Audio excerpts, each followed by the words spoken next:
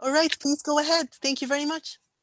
Assalamu alaikum, everybody. Peace be upon you. What a blessing to be here today, as one of the mentors of one of our senior student, Razan Hussein. Before I start, I just want to thank again, all the judges for their contribution to the success of defining the roadmap of healing and unifying our public square here in the United States and hopefully the world. The American Muslim youth are a heterogeneous group. They come from vast cultures, of Asia, all the way from East Asia, Southeast Asia, South Asia, Central Asia, and West Asia, as well as the African continent, the beautiful Africa, North, East, and South, and as well as West Asia. In our community here at the Muslim Education Trust, we have almost 45 ethnic groups, 72 languages spoken, With this, diversity, we have to always think about the equity and inclusion, So this research that our student Razan Hussein is addressing today is addressing, the future, and the roadmap and the investment of the community in the future. To maximize our return of investment, we have to invest in our youth. There is no way, as some scholars, they say that it is very important to have youth programs rather than having Islamic centers and places of worship. So I don't want people to misunderstand me. Having Islamic places of worship is important, but investment in the youth today is maximizing the healing and unifying in our public square. Today, when we cross our cities, we see the violence of youth, not to justify their violence, but we need to understand the causes and the roots and the underlying causes why they behave the way they behave. Because we don't invest in them, this is what happens, America needs to humble itself by investing more in the youth and less investment in weapons of mass destruction. And we need to invest more in the youth so we can claim that healing and unifying process. There will be always challenges. There will always be racism. There will always be bigotry. There will be always Islamophobia, anti-Semitism, and just name it, And I think it is very important to understand this research, May Allah bless our dear students, and may Allah bless our student Razan, here to create such an important program that is called American Muslim Youth towards empowerment and towards healing and unifying. Without further delay, let's invite Razan, that she is interested, by the way, in criminal justice. I always want us to study law, but she wants to study criminal justice, and you never know. Maybe Razan will be our special in charge, FBI special in charge, in the whole United States, or she might be the Attorney General of the United States one day. Razan. Assalamu alaikum. Thank you, Amwajdi. So I'm going to share my screen. All right, can you all see it? Yes, we can. So, assalamu alaikum. As you know, my name is Razan Hussein, and my topic is empowering youth and reaffirming identity. تمكين الشباب وإعادة تأكيد الهوية. I would like to give a special thank you to my mentors, Amwajdi Said and teacher Sahar Basuni, before I begin, for helping me on my journey in completing my thesis, and for guiding me and for spending their time and effort in helping me complete this thesis. Why is empowering youth and reaffirming identity important? Our youth shape our future as a community and a humanity. They comprise our biggest asset and our most significant contribution to future generations.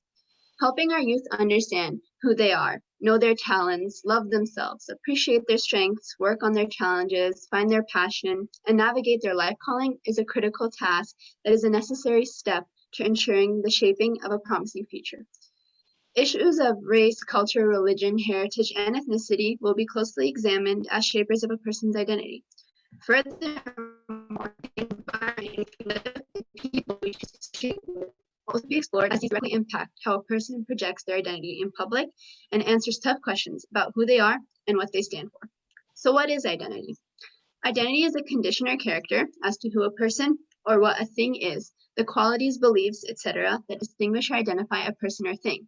That is your identity, according to the dictionary. However, does this really define our identity? Who are we?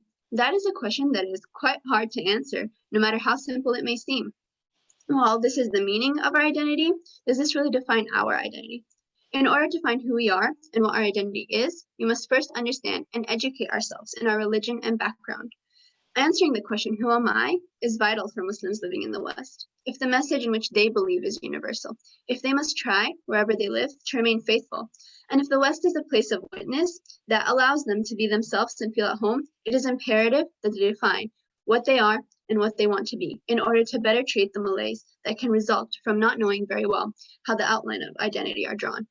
There are many aspects of identity and how one views themselves. The challenge is learning how to balance between the many aspects and defining our identity and understanding each one. Understanding the difference between your physical, social, and spiritual identity. Understanding what each one entails and holds for oneself. Identity has three main parts: physical, social, and spiritual. Let us explore how each one plays an important role in shaping our youth. As you can see, I talked about three main branches of identity. However, there are many sub-branches or subdivisions of identity that we need to look at when we're dealing with our youth.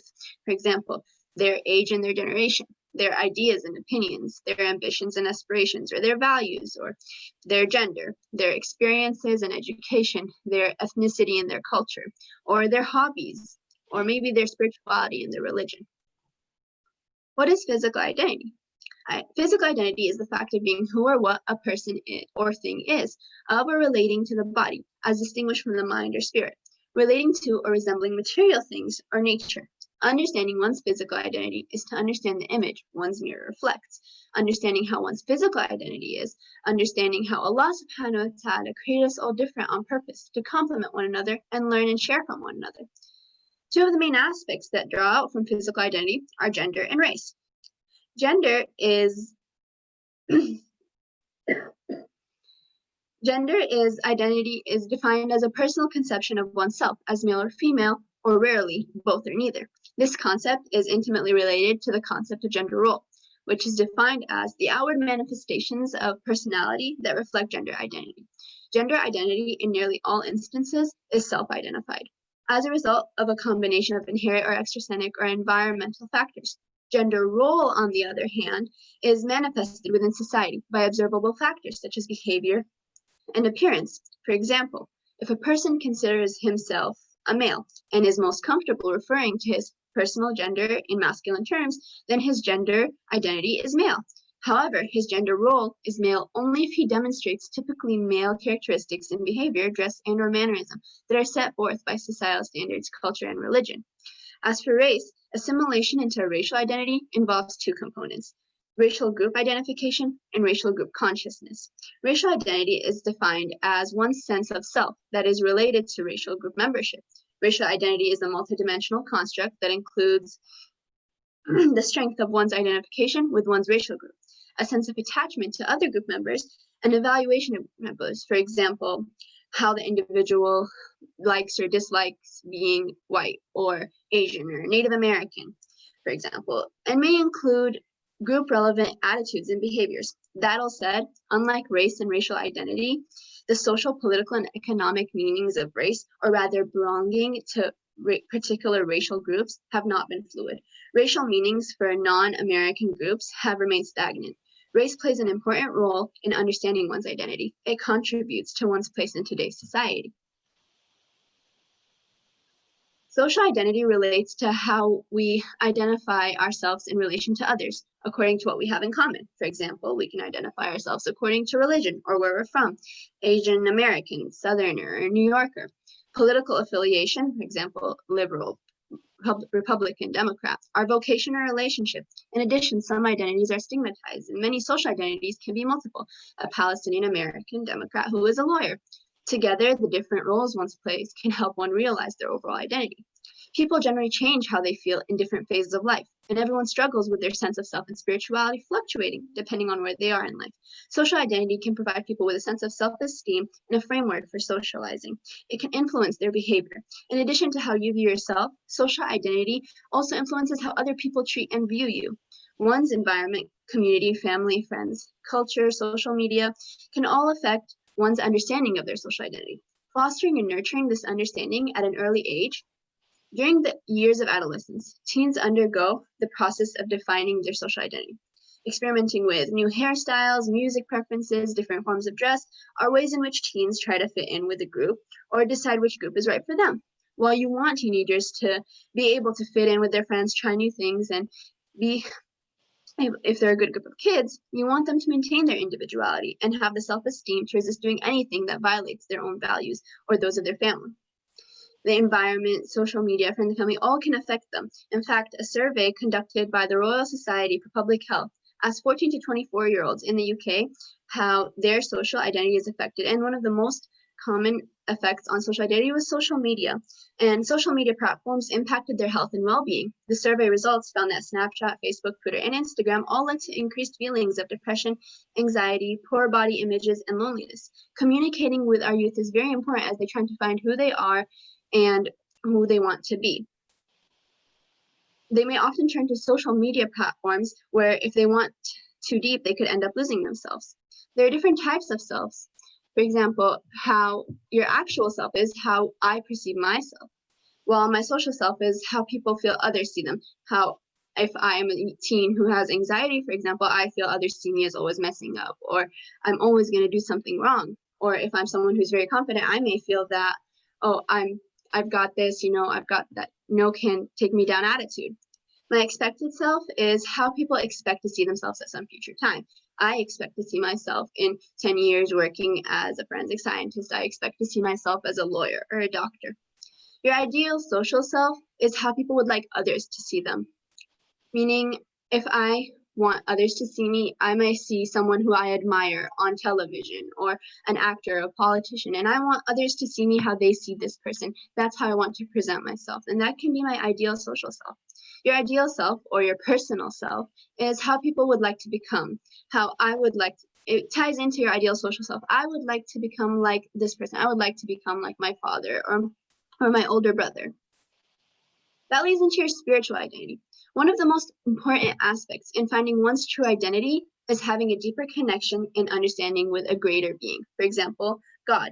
Finding your spiritual identity, a personal sense of spirituality, is one of the most important aspects of being your true self. So what does shape your spiritual identity? Spiritual identity is a connection between your heart and your mind.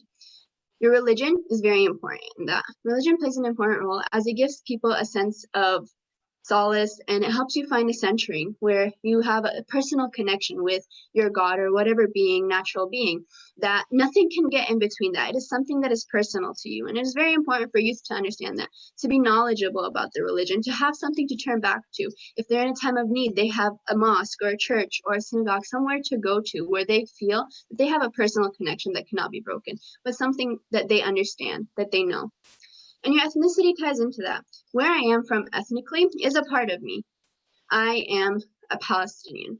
That is a part of me. And while some people may face hatred or racism or feel singled out or alone because of that, it is important that we teach our youth that their ethnicity does not define who they are as a whole. It is an important part of their identity. It gives them a backbone. It gives them strength, and it provides them their background. However, we should not be labeled just by our identity. You cannot give them a label that once they come out, you're like, you are a African American, you are Black, that is your label, and that is all they are seen by. They need to be known that that is their backbone, but they are so much more than just their ethnicity. And factors that can strengthen or distort your identity.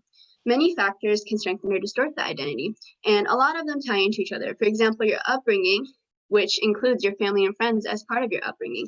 If I am brought up with someone in my household who tells me that you are strong, you can do it, and they always support me and they're always there for me. For example, my parents, they will tell me, you are strong, you got this, you can do this. They give you confidence, they support you. That really helps in shaping identity, especially from a young age. If I am someone who I have an older sibling, or one of my parents is telling me from such a young age, even before teens, that you're doing it wrong, or they're constantly yelling at me for everything, or they're putting me down, then that's going to affect who I am. That's going to affect, in my older years, how I perceive myself. Same goes for social media. As I mentioned from the study, social media has a really big impact on our teens. And if they are being singled out on social media, or they are being treated unfairly or bullied on social media, that will really affect their identity. They will begin to feel, I do not want to be who I am. I want to just fit in. I want to be someone who is like this model or this actor. And that is wrong, because no matter where you are, there's always going to be something wrong. You cannot just please societal standards. And we need to teach that to our teens, that you need to be strong who you are, be proud of who you are, and there will always be people who support you. There will always be people who love you. And you should learn to ignore the hate and the bad comments. And next is your school. If you have teachers, who are putting you down, or teachers who are encouraging you, that really can affect how you see yourself in the future. If I have a dream, like I want to be an artist, and my teacher is telling me that that is a terrible dream, then that is going to make my confidence in my dream falter. And so you cannot do that. We need to learn to guide our youth in the most possible way. And these reasons are why our youth face an identity crisis. Identity manifests itself in types of personality. In the Holy Quran, the spiritual aspect of outgoing, introvert, positive, and negative outlook, are that our youth face an identity crisis today. Allah says in the Holy Quran, ثم أورثنا الكتاب الذين اصطفينا من عبادنا فمنهم ظالم لنفسه ومنهم مقتصد ومنهم سابق بالخيرات بإذن الله ذلك هو الفضل الكبير. Then we caused to inherit the book those we have chosen of our servants, and among them is he who wrongs himself, and among them is he who is moderate, and among them is he who is foremost in good deeds by permission of Allah. The inheritance is what is the great bounty. So when you put our youth in situations where they must answer questions about who they are, and when they're expected to have a full understanding of what their religion, their future race, ethnicity, and all aspects of their life mean to them, and it must be a set answer, then that can cause them to feel overwhelmed and pressured, caged in and isolated. We must realize that in order for our youth to respond to the questions about how they perceive themselves in light of faith, how they feel faith impacts their life, that we need to encourage them to seek knowledge about it. We need to educate them. We need to back them up, and we need to tell them that it's okay to not know, and that we should encourage them to try and search for the answers, try and find who they are. That leads into Assabiyah. Assabiyah is an Arabic term which means societal solidarity or unity, used in a positive or negative context within the individual or a group. So other scholars believe that Assabiyah is social cohesion, which comes from group members' promises to do something together, whether it is good or bad, and to complete their shared tasks and reach aims or goals. And so instilling the sense of Assabiyah in our youth can teach them to be positively loyal to our culture and heritage and our community, and to integrate themselves. However, doing it too much can cause negative loyalty. And so it is very important to focus on positive Assabiyah. Allah subhanahu wa ta'ala says in the Quran, يَا أَيُّهَا الَّذِينَ آمَنُوا كُونُوا قَوَامِينَ بِالْقِسْطِ شُهَدَاءً لِلَّهِ وَلَوْ عَلَىٰ أَنفُسِكُمْ أَوِ الْوَالِدَيْنِ وَالْأَقْرَبِينَ أَنْ يكن غنيا أو فقيرا فالله أولى بهما فلا تتبعوا الهوى أن تعدلوا وإن تلوا أو تعرضوا فإن الله كان بما تعملون خبير. Believers, be upholders of justice and bearers of witness to truth for the sake of Allah, even though it may be either against yourselves or against your parents and kinsmen, or the rich or the poor, for Allah is more concerned with your well-being than you are. Do not then follow your own desires, lest you keep away from justice. If you twist or turn away from the truth, know that Allah is well aware of all that you do.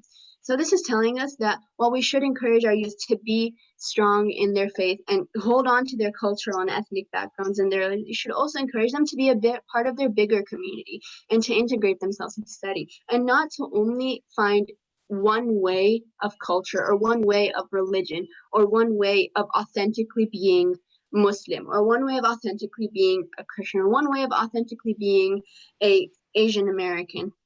That there are many aspects that they can take from and learn from their whole entire community, and that they must work to making it themselves better and understanding everything. And so Assabiyah leads into two branches: protection, mutual defense, pressing of claims, social activity, or religion as a restraining influence. If you go through protection, mutual defense, and pressing of claims, it can lead to superiority of a restraining influence, or waza, with good qualities or bad qualities, which leads to social organization, which can lead to royal authority. However, if you use religion as a restraining influence, you must be careful that you do not take it too far, because it also can lead to royal authority. However, if you use religion as a way to form unity, and then it leads back into Assabiyah, which makes the community greater and larger. So Tariq Ramadan makes a very interesting point in one of his books called What I Believe, and he talks about something called the 7 C's. Tariq Ramadan is a Swiss Muslim academic, philosopher, and writer. And he says Muslims should follow a concept of these 7 C's. The first concept being confidence. Be confident in yourself. Be confident in your religion, your culture. This is who I am. We must teach our youth to be confident that I am Palestinian American, I am Muslim, I am Christian, I am Asian, I am European. We must teach them to be confident in that and to always stick with. And confidence doesn't necessarily mean that you do it in an aggressive manner. You shouldn't be yelling at people or fighting. No, you should do it in a calm and peaceful manner. Project your confidence with love. The next one is consistency. Knowing that you are consistent in what you believe in. And it doesn't mean that you have to stay loyal to one belief or something, but be consistent in showing your actions and what you do. The next is communication. Communication is key to understanding everything. If you do not communicate, if you do not seek out knowledge or understand both sides of the problem or integrate yourself into your community, then if you just stay closed off, then you will begin to feel alone and you will begin to question your identity. The fourth C is contribution. Always contribute and give back what you can to your community. Ask what I can do for my community. Ask people if they need help and contribute. Begin talks about political talks. Begin talks about global warming. Begin scientific talks, anything. Contribute into your community. Help, volunteer.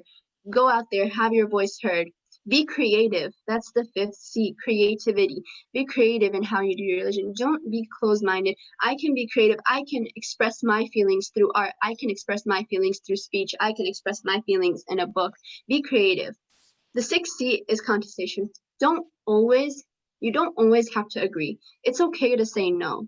It's okay to question your government. Yes, you are loyal to your government. That does not mean you cannot question your government and ask them, what are you doing in Iran and Afghanistan? Why are we doing this? Why are we not holding the people for George Floyd's murder accountable? Why are we doing this? You can question. You can say, no, I do not believe this is right. You can stand up. And the last but not least is compassion. Do all of this, fight for your rights, contribute in your community, be confident, and communicate with the people around you with compassion in a peaceful and loving manner. Positive thinking and integration in a peaceful and loving manner. Focus on what's important. Allah subhanahu wa ta'ala says in the Quran, قُلْ كُلًّا يَعْمَلْ عَلَى شَاكِلَتِهِ فَرَبُّكُمْ أَعْلَمُ بِمَنْ هُوَ أَهْدَى سَبِيلًا. The Quran also alludes to personality in a few places. For instances, the Quran states, everyone behaves according to their nature, shakil, and your Lord knows who is the most guided. And so this means that everyone has their own nature. You cannot tell someone they are wrong because they do something a different way. You cannot tell someone they are wrong because they take from multiple cultures. You cannot tell someone they are wrong if they have certain beliefs. That is their right.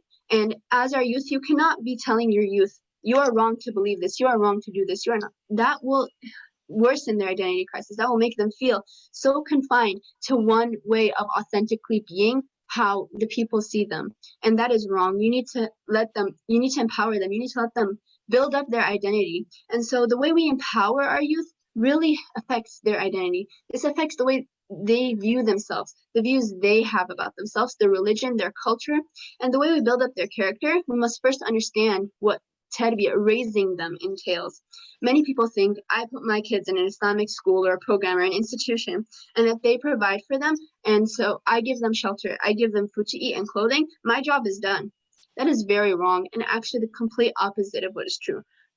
Rather, tarbiyah is to refine the heart, mind, and body, to build up personality and character, to build connections and establish a firm core. Unlike ta'lim, which is very important, you must educate your children. However, you need to focus on building a personality as well. When you teach your kids a manner of acting, like you tell them, act like you tell them to act. You must be their role model and show them that you practice what you preach. If I tell my kids not to lie, then I must not lie as well. If I tell my kids not to steal, then I must not steal as well. And listen to your children. If you keep putting your children down, if you keep chastising them for things they don't do, if you compare your children to others, or if you don't listen to them, or if they have an opinion but it contradicts yours, then it is absolutely wrong, and that is not right. You cannot just put them down or dismiss their thoughts and opinions. That causes them to feel that causes them to feel alone or unaware of their surroundings. It causes them to feel, I cannot say what I want because it is wrong, which might not be true. They might have great ideas and opinions, and so you need to listen to them, work with them. And if you feel like something they believe in is wrong, then try to meet them in the middle. Try to listen to their side and have them listen to your side. Talk with them, be understanding. After completing a set of surveys and interviewing youth from our community, I came to notice that it is very imperative that we address the issue of identity crisis. And so many youth today, they feel like they are not heard, that their voices are not out there. And so how can we fix that? How can we fix that? We need to listen to our youth. Some of our youth, they have dreams, they have aspirations. For example, this person, their dream is to feel secure, valued, and cherished as a vital part of our future. Or that their hope is that all students will be able to slow their roll, to learn what is in front of them and spend time on their life, right? And one person hopes that students can remove barriers that are preventing them from reaching their full potential. Yes, youth empowerment solutions. Include youth in the decision-making process. Honor the youth voice. Understand and implement their honest opinions and ideas. Be willing to share your adult knowledge, power, and experience and privilege in order to make the community a better place for both young people and adults alike. Have big brothers and sisters act as mentors to your youth and cousins, friends. Give them a voice. Have them design their own programs, design intentional programs that seek to empower our youth. For example, leadership and service programs or public speaking programs or the Youth Ambassadors Club activities like we have here at MET, or tutoring, or making a difference and feeling like they are making an impact and their presence matters in their community, feeling like they are heard, feeling like their identity is important, who they are is important, that they're not just a label of I am a Palestinian American who is destined to be something that I may not want, who is destined to be a doctor which I may not want to be. You have to listen to our youth. We have to help them integrate themselves into society. We have to guide them and hope that they will go on the right path. Thank you.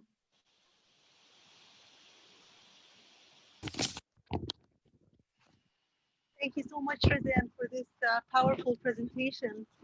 MashaAllah, may Allah bless you for your passion and your thoroughness in presenting this topic. So if you can please unshare your screen, and then we're going to now open it to the judges to ask Razan any questions. Go ahead, please.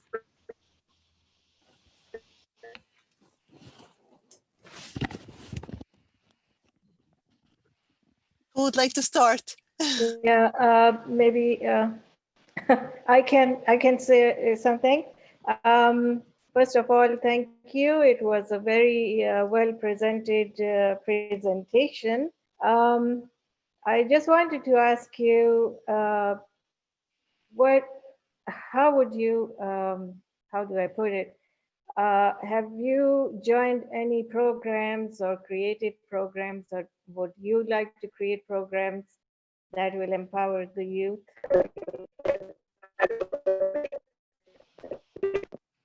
Yeah, so in my high school years here for the past 4 years, from freshman to senior, I have been part of the Youth Ambassadors Club here at MET.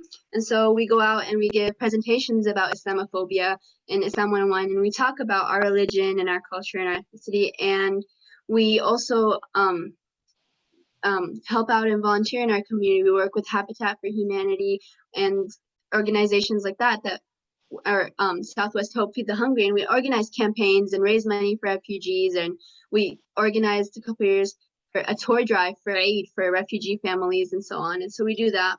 And I'm also part of, at a different place, I work in martial arts, I work with younger students between ages 6 and 13 who, it's like an empowerment program, and what we do is we help them out and talk to them during their sessions, and it's really interesting. I really enjoy it, and I would definitely like to continue in the future volunteering as I enter my college years, volunteering and speaking out about issues of Islamophobia and working with organizations, inshallah. If you don't mind, Razan, I know it's your show, but Sister Rukhsana, this research that Razan has done, is a proposal that we are here at the Muslim Education Trust, is to create a youth a full-fledged youth program, with the activities, as well as a social worker, to help them and support them and integrate them more and more. And what we call under Oregon Muslim youth, so to include other youth from public schools and other private schools or homeschooled. So inshallah soon we'll release this full-fledged program, and we hope we get the proper funding, to fund it for 3 years to create that integration by design and through a leadership academy. In the past, we did also national trips, what we call Muslim Heritage Tour. In the past, also our youth went to Japan with the tsunami relief, and so this is where I think the community should focus, to create stability, so we don't lose our youth into unnecessary battles that that already existing within the community at the local level, less at the local level, but more in the national narrative.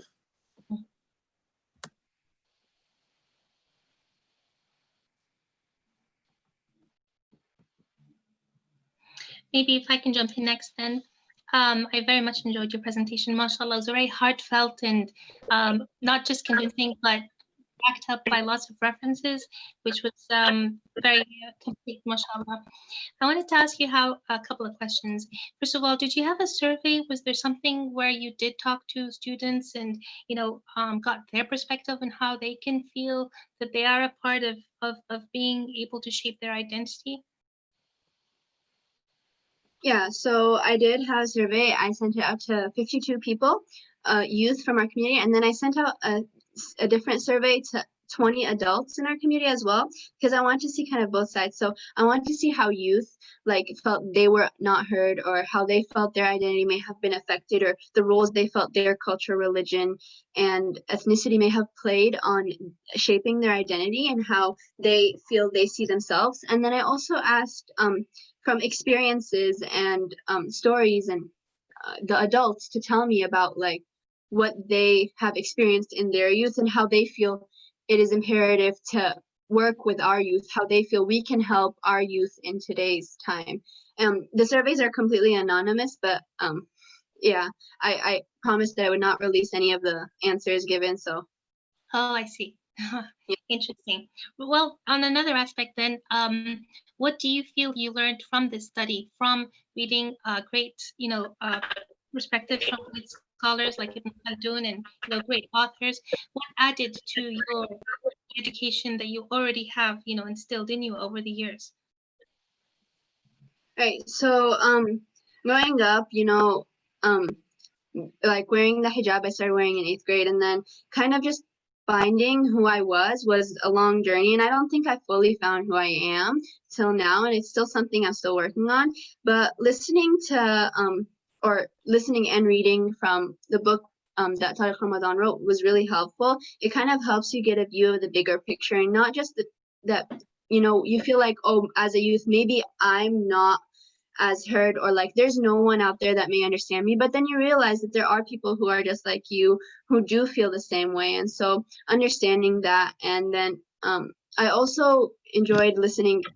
In my research, I listened to Dr. Jamal Badawi, and I listened to Sheikh Hassan Nashib, who also gave very interesting thoughts, and it makes you kind of understand on a bigger spectrum, or on a bigger scale, what really is to find your identity. When you think you've just found it and I know who I am, I know what I want to be. Going into college, I'm I know what I want to study, I know what I want to be. But then doing this project really kind of made me rethink that, do I really have that connection with my faith? Do I really have that sense of who I am instilled in me, that I'm not just a label, that I want to be heard? And it kind of makes you go back and rethink about who you are and kind of look deeper into all of it, really. MashaAllah. That's great. That's a wonder. That's really what we want the students to be able to come out from after studies like that, where it really does shape their own, ability to make a difference. Assalamu alaikum, Razan. I'm just going to jump in and sorry to interrupt anybody. I found your presentation super captivating. It was very inspirational, and it was easy to relate to. While I was watching you present in your PowerPoint, it was kind of fun to see. And as a parent myself, I found myself thinking, it's what can I do to have my kids find this youth empowerment and to be able to shape the future as you're doing. So it was really fun to watch. I thought you did an amazing job. And one of the questions that I had for you was, well, actually Sister Rima had asked a few of the ones that I had too, and I enjoyed those questions and your explanation. But if you can just explain what was impactful for you personally to find this empowerment, and then just piggybacking off of that is, you mentioned that you were gonna be, I think, a criminal justice major. What do you see yourself doing in the future as far as a career path, and how this background is going to help you? Right. So, like as I was younger, I didn't really realize the importance of like the identity crisis that people might face. You know, I always thought that I had everything set out. However, when I was like 13 years old, I recently started wearing the hijab, and I was walking with my family, and someone approached me and they were like, "Why are you wearing that thing? You know, this is a free country, right?" And I was like, "Yeah, I know, I choose to wear this, you know, because it's part of my religion. It's the right thing to do." But then that got me thinking, like, but why do I wear this? You know, what is the deeper meaning to this? And I kind of started looking back and saying, how do I view myself in light of my faith? How can I answer this question about my religion? How I myself, why my God, or if women are oppressed in Islam, when I don't have a full understanding of my religion and I don't have a full understanding of what each thing entails to me, I need to look back at myself and see how I view myself in light of my faith, how I feel my faith impacts my life, how I feel my identity has changed, how I've grown.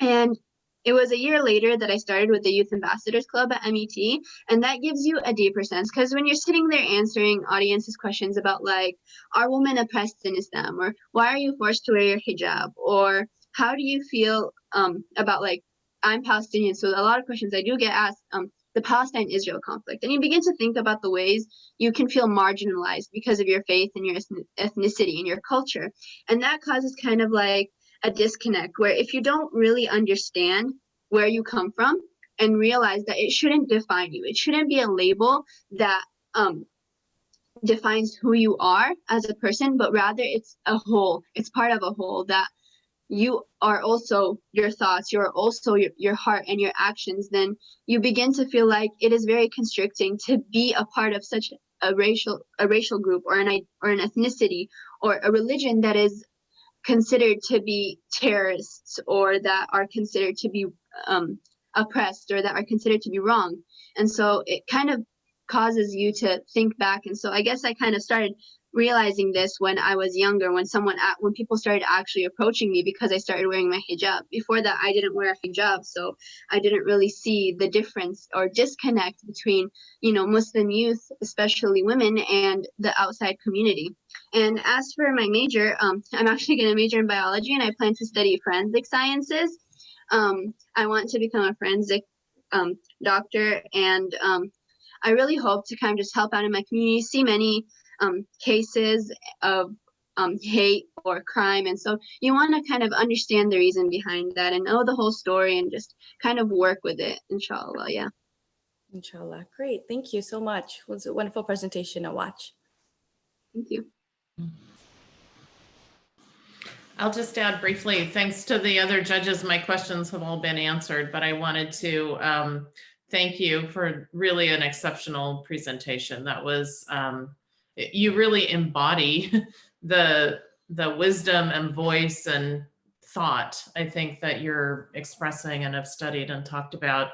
And it's really, in my experience, it's a lifelong journey. So the idea that I think your honesty to reflect that you're still in the process of shaping your identity, that's the human condition, I think, for all of us. And I wish you well. You're a remarkable woman and scholar, and I have high hopes for what you do for yourself and for our society. Thank you. Thank you. Sister Rasan, this is Pastor Hennessy again. Thank you for, I will only echo what's already been said. A wonderful presentation. And I'm honored to have the opportunity to be here to hear it. And I wish you absolutely the best in the future. Thank you so much.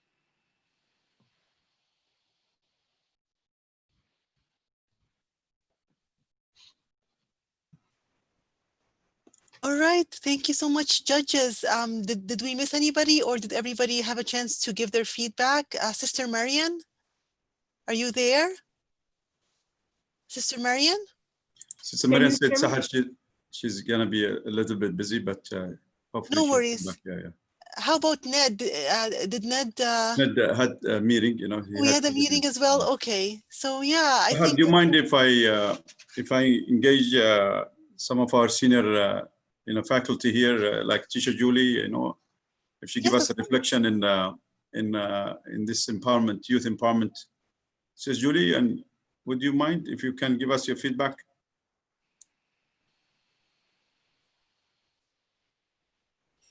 Teacher Jawad? Assalamu alaikum, everyone. Go ahead, Julie. Assalamu alaikum. Yeah. Great job, Razan. Just as everyone said, very impressive. I'm not surprised. This is what you do. And so you're continuing to do it very well, as usual. So I did have a question for you, Razan, about what surprised you during your research on this. What was something that really struck you? What surprised you?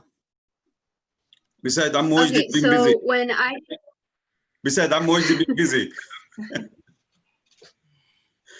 besides that, I was really surprised when I conducted my surveys. I expected, due to like past research that I've seen and read about, I expected a lot of the youth to kind of feel like they were at conflict with their religion or their culture and stuff like that. And many of them were.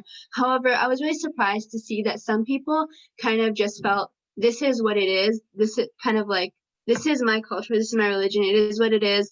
And I feel like there's nothing I can really do to change about it. I just have to learn to adapt and to fit in, which I feel is kind of wrong, because we should encourage our youth to question, not just be silent about the issues they face or any of their opinions. You shouldn't hold it back. But if you grow up in an environment, in a community where your opinion is kind of shut down because there's a right way of doing something, or there's an authentic way of doing something, then it causes you to kind of just maybe give up, or to feel like it's not important anyway. It's not like it's going to make a difference, when that's wrong, because it will make a difference. It will impact, and it will change many things. And so we should encourage our youth to speak up and not tell them they're wrong if we disagree with their opinion, or like if we don't think it's the right way to handle something. We may give our opinion on the topic, but we shouldn't do it in a way that discourages them or puts them down or makes them feel, this is the only right way to do something. I just have to accept it how it is and learn to adapt to it,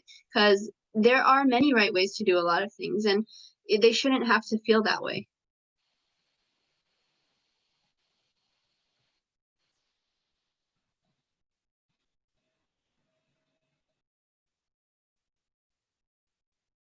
Teacher Sahar and Teacher Jawad, Chajuria, if you don't mind, if you can give us your input in this.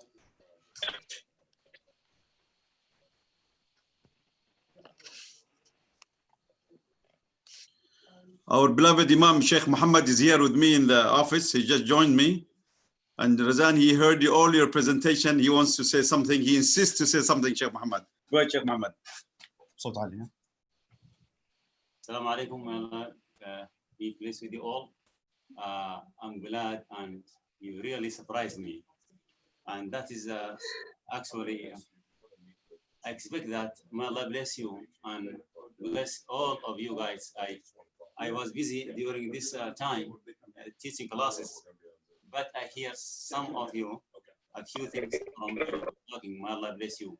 Your speech is very critical and very exciting, and this is, inshallah, may Allah make you to represent our Prophet Muhammad, peace be upon him, by your speech and your polite way of talking, and you show the dignity of your faith. May Allah bless you all, and all of you, and may Allah give you the success in your life. And really, this is not something that just like a speech. This is a thing that is type of good imagination. May Allah bless you all, and bless your work, and bless your did. Thank you all, and thank you the judge for coming on to evaluate our students. And thank you for your time, and thank you for everything. Allah bless you all. جزاك الله خير شيخ محمد. Okay. Jazakallahu khairan, Teacher Muhammad. Teacher Jawad, are you there? I'm here. All right, go ahead. Do you want to give any feedback? No, I want to echo what both the judges and what you have said about this. And I didn't get a chance to see Iqra's presentation because I was teaching this morning, but I did get a chance to hear Rezan and Maisha's presentations. And I think Rezan, when she was talking about how the person came and asked her about the hijab, and she wrote about this actually in her college essays, and it was the center of her common application essay.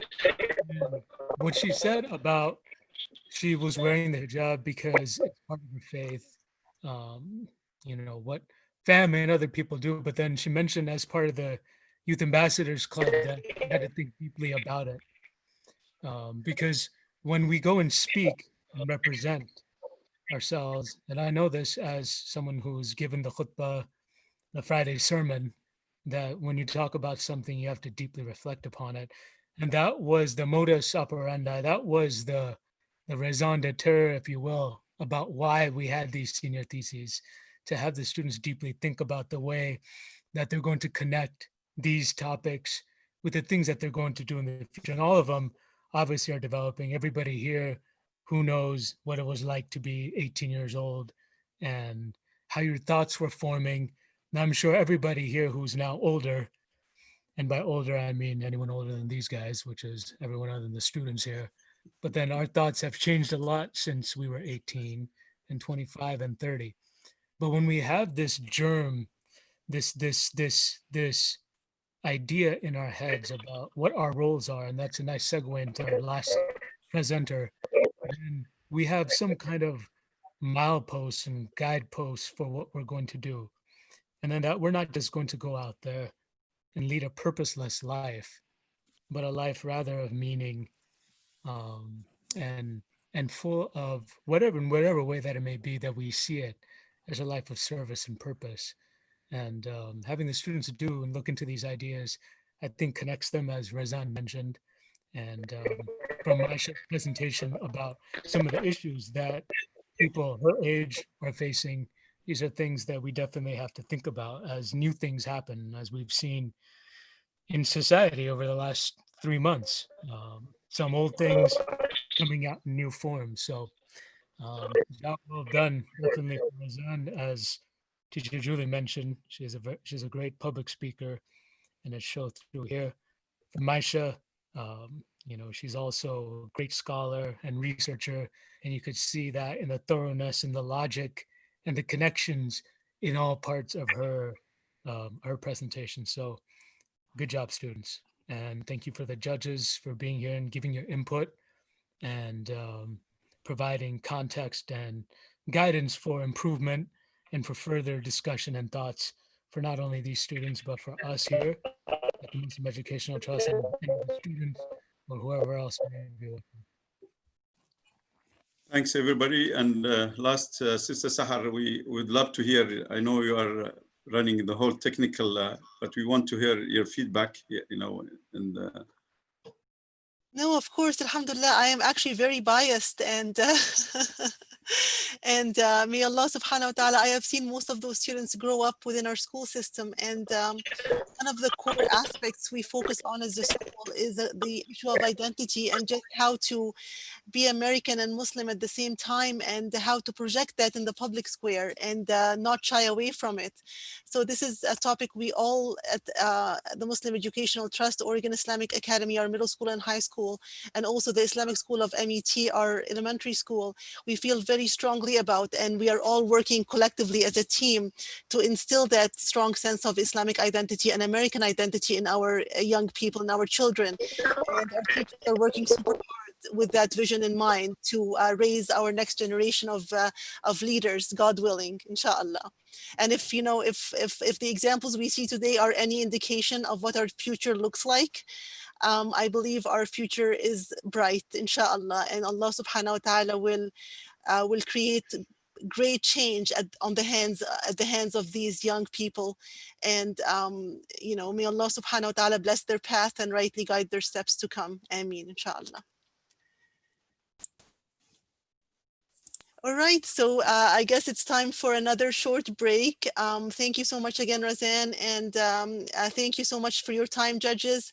We will take, maybe we can come back at 12:30 for a final presentation of the day, Finding Purpose in Life by Abu Bakr Muhammad. And so let's just take a break, stretch, and get up and finish judging Razan's presentation, and then we can reconvene at 12:30, inshallah. Thank you. Jazakumullahu khairan. Thank you so much.